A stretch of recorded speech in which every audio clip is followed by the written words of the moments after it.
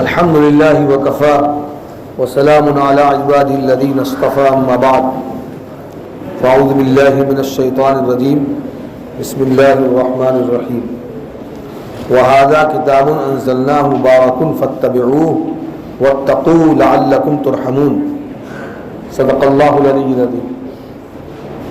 ابھی آیت گزری ہے، اللہ تعالیٰ ارشاد فرماتے ہیں ھذا کتاب، یہ کتاب یعنی قرآن کریم، مبارکن بابرکت کتاب ہے۔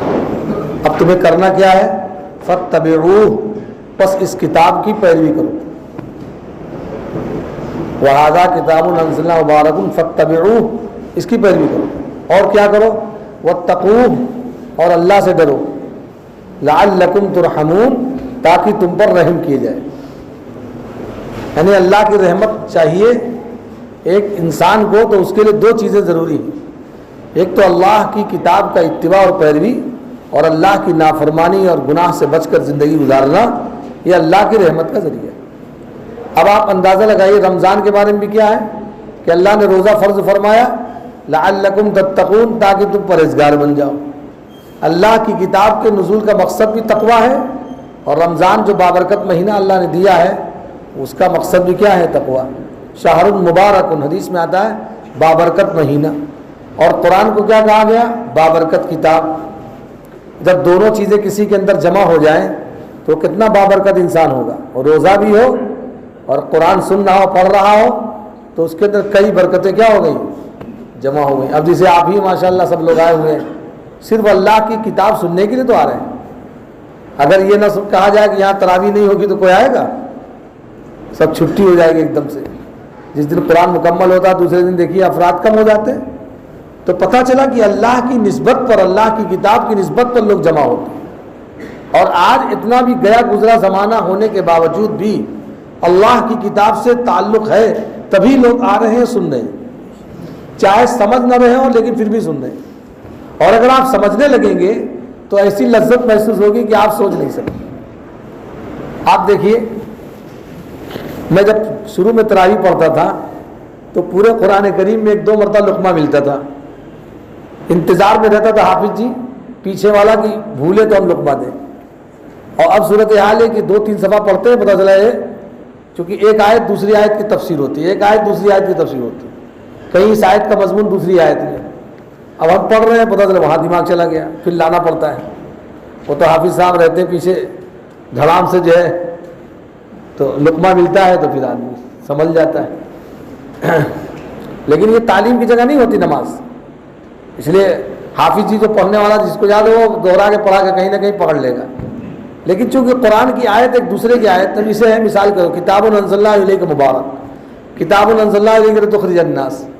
قرآن میں ایک جگہ نہیں، کتاب ذالک القرآن الکریم، کہیں آیا والکتاب المبین، ایک طرح کے الفاظ کئی جگہ آئیں گے۔ یہ تو صرف پروردگار کا احسان ہے کہ آدمی کے ذہن میں اللہ باقی رکھتے ہیں، یا یہ ہے، یا یہ ہے، یا یہ۔ اگر آدمی ذرا سے بھی غفلت کرے گا فوراً قرآن تیزی سے دماغ سے نکل جائے گا۔ اسی لیے حدیث شریف میں آتا ہے تعاہد القرآن، قرآن سے کیا کرو؟ معاہدہ تجدید کرتے رہو، اور قرآن کی نگہبانی کرتے رہو، حفاظت کرتے رہو، ورنہ کیوں؟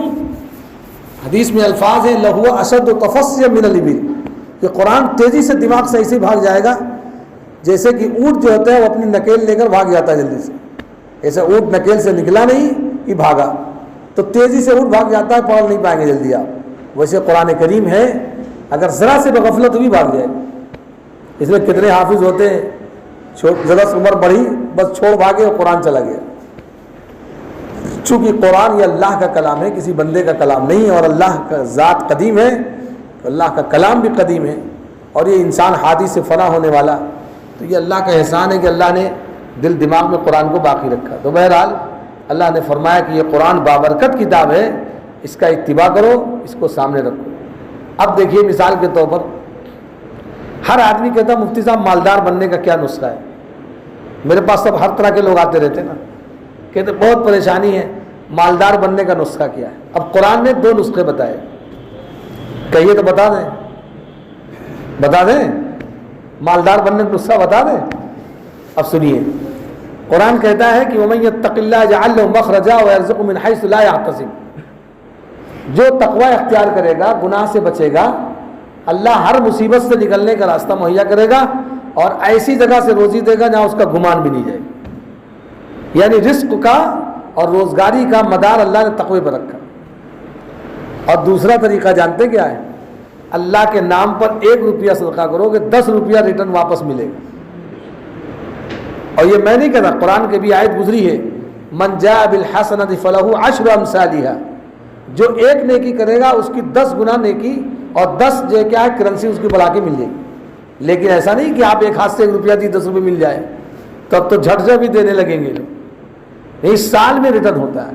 اللہ سے 1 لاکھ لینا چاہتے ہیں 10,000 خرچہ کریے، ملے گا آپ کو 1 لاکھ۔ اور اگر آپ کو تجربہ کرنا بہت جلدی تو آپ حج عمرہ کر لیجئے، جتنا آپ لگائیں گے اتنا ریٹرن واپس آئے گا۔ ایک آدمی نے مجھ سے کہا کہ مفتی صاحب میں نے 10,000 روپئے قرضہ لے کر کے، چونکہ مجھ پر ہر فرض ہو گیا تو پیسہ میرے پاس ختم ہو گیا تھا، میں نے سمجھا کہ حج تو فرض ہے، میں نے کہا تمہاری فائل آگے نہیں جائے گی، حج کرو۔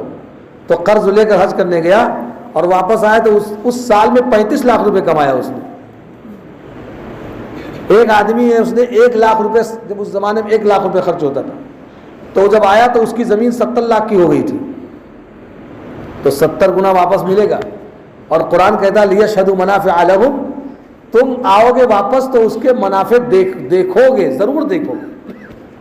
اسی لیے حدیث میں آتا ہے کہ حج عمرہ کیا کرو، یقین بات دیگرے، کبھی حج کبھی عمرہ، کبھی حج کبھی عمرہ، اللہ توفیق دے تو فإنہما ينفعان الفقر والذنوب، یہ گناہ کو بھی مٹاتے ہیں اور محتاجگی اور فقر اور تنگی کو بھی مٹا دیتے ہیں۔ مالدار بننے کا نسخہ حج، مالدار بننے کا نسخہ صدقہ، اور مالدار بننے کا نسخہ تقوی۔ اور تقوی میں لقوہ لگا ہوا، سب لوگ پریشان ہیں، صدقہ دینا نہیں چاہتے، کہتے ہیں مولوی صاحب ایسا کریے آپ کہ پیسہ آنے لگے تب ہم صدقہ کریں گے۔ اللہ میں کہا اچھا، بہت چالاک بنتے ہو، ارے جتنا اس میں سے کرو، آپ 10 روپے مالک ہے، 2 روپے دے تو 1 روپیہ دے تو 9 روپے اپنے پاس رکھو، پھر اس کے بعد جب 18 روپے ہو جائے گا پھر 2 روپے دے دینا، پھر اللہ 36 کر دے گا، تو اللہ تعالیٰ تو بڑھائیں گے۔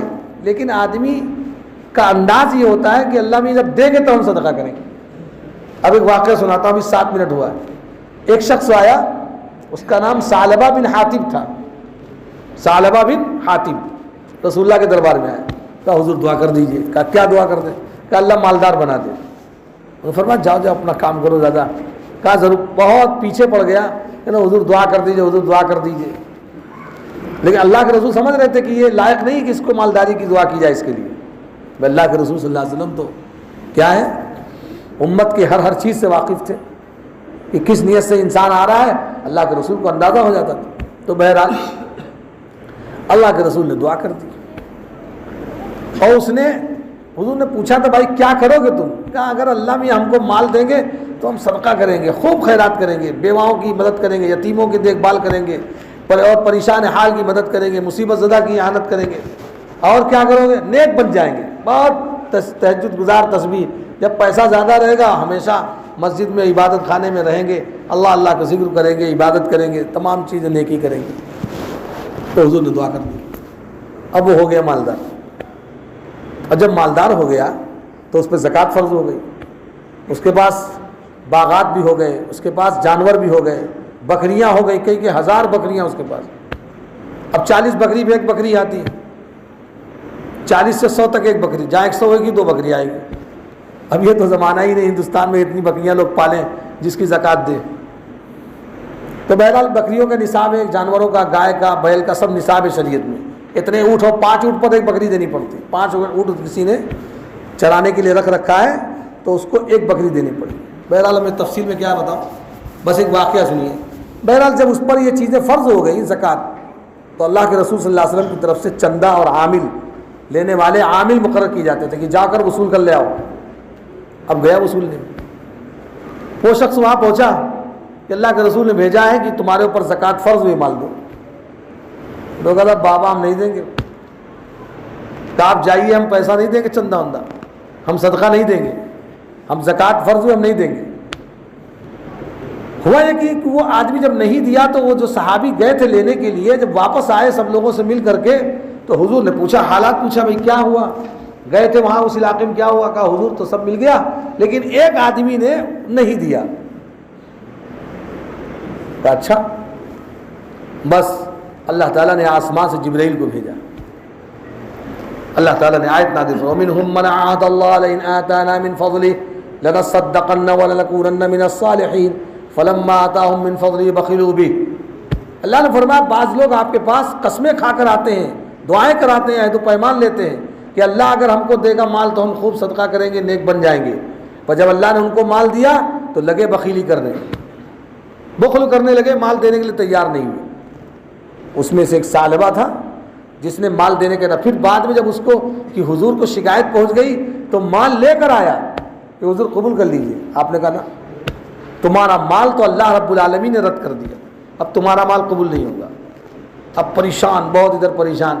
جب اس کا مال، چونکہ وہ تھا مسلمان نہیں تھا، حقیقت میں وہ منافق تھا، وہ ظاہر میں اسلام ظاہر کرتا تھا، اندر اندر نفاق تھا اس کے. اللہ نے اس کا جواب بھی دیا ہے فَعَاقَبَهُمْ نِفَاقًا. اس کی سزا ہے کہ اس کے دل میں نفاق تھا جس کی بنیاد پر ایسی شرارت کر رہا تھا. بہرحال جب حضور نے مال قبول نہیں کیا تو صدیق آپ صلی اللہ علیہ وسلم دنیا سے رخصت ہو گئے. خلافت کا زمانہ آیا، صدیق اکبر جب خلیفہ ہوئے تو وہ مال لے کر پھر آیا. کہا ارے مال قبول کر لیجیے ابو بکر. کہا جب محمد الرسول اللہ نے قبول نہیں کیا تو میری کیا جرت ہے کہ میں قبول کروں؟ ایسا کرو مال لے جاؤ. اب جب مال صدیق اکبر نے واپس کر دیا تو حضرت عمر کی خلافت کا جب دور آیا تو پھر مال لے کر آیا. کہا ارے ہمارا مال، یہ سب سارا مال ہم صدقہ کرتے ہیں. کہا ارے بھاگ جاؤ، دماغ خراب ہے. جب رسول اللہ نے نہیں لیا، صدیق اکبر نے نہیں لیا، میں کون ہوں تو تمہارا مال قبول کروں؟ جاؤ یہاں سے. حضرت عثمان غنی کا زمانہ آیا تو حضرت عثمان غنی نے رد کر دیا. کہا تمہارا مال قبول نہیں ہوا. اس کے بعد اس کی موت، وہ مر گیا. آپ نے دیکھا بہت سے لوگ رسول اللہ کے زمانے میں بھی دعا کراتے تھے مال کی، جب مال آتا تو بخیلی کرتے تھے. آج بہت سے لوگ کہتے ہیں مفتی صاحب ایسی دعا کر دیجئے ڈھیر سے مال آ جائے، 56 کروڑ کی چوتھائی نظر آئے. ارے بتائیے، ارے اتنا مال اللہ میاں دے جس میں کھانا پینا، روزی روٹی، ضرورت پوری ہو جائے، کسی کا قرضہ اپنے ذمہ نہ رہے. اور بہت زیادہ بنا کر کیا کرو گے؟ تمہاری اولادیں تاس ناز کر کے سب برباد کر دیں گی، کچھ نہیں کرنے والا. اس لیے بہت زیادہ، میں تو دوسروں کے لیے دعا کر دیتا ہوں مال کے لیے، اپنے لیے نہیں کر پاتا، اس لیے کہ کون اتنا حساب دے گا. بس اتنا دعا کرتا ہوں اللہ میری ضرورت پوری کر دے، کسی کے سامنے ہاتھ پھیلانا نہ پڑے. اور وقتی ضرورت، کوئی بیماری، ہارگی آدمی، کبھی کبھی آدمی مصیبت میں پھنس گیا تو قرضہ لینا پڑتا ہے، وہ مجبوری ہے. لیکن کوئی پلاننگ کے تحت کسی کا مال لوٹنے کا ارادہ نہ کرے اور کمانے کے اسباب اختیار. میں یہ نہیں کہتا آپ مال بہت مت کمائیے، مال کمائیے لیکن اصول شریعت کی روشنی میں کمائیے. صحابہ نے کما کر دکھایا بھی ہے. اس لیے بات کہاں سے چلی تھی، کہاں تک پہنچی؟ ایک بات بتا رہا تھا کہ آدمی مالدار بننے کا نسخہ بتایا. ٹھیک ہے، آپ یا بنی آدم انفق انفق علیہ، خرچ کرو میں تم پر خرچ کروں. اور رمضان میں اگر خرچ کرو گے تو 70 گنا واپس ملے گا. تیار ہیں؟ تیاری کر لیجئے انشاءاللہ. اللہ کے رسول صلی اللہ علیہ وسلم بات آتا ہے کہ آپ رمضان کے ایسی سخاوت کرتے تھے جیسے کہ تیز تند ہوا چلتی ہے، کالریح المرسلہ، جیسے تیز تند ہوا چلتی اس طرح حضور صدقہ کیا کرتے تھے رمضان کے مہینے میں خاص طور سے. اس لیے کچھ بھی کمائیے، کچھ بھی نکالتے رہیے رمضان کے مہینے میں خاص طور سے. اللہ ہم سب کو توفیق نصیب فرمائے. وآخر دعوانا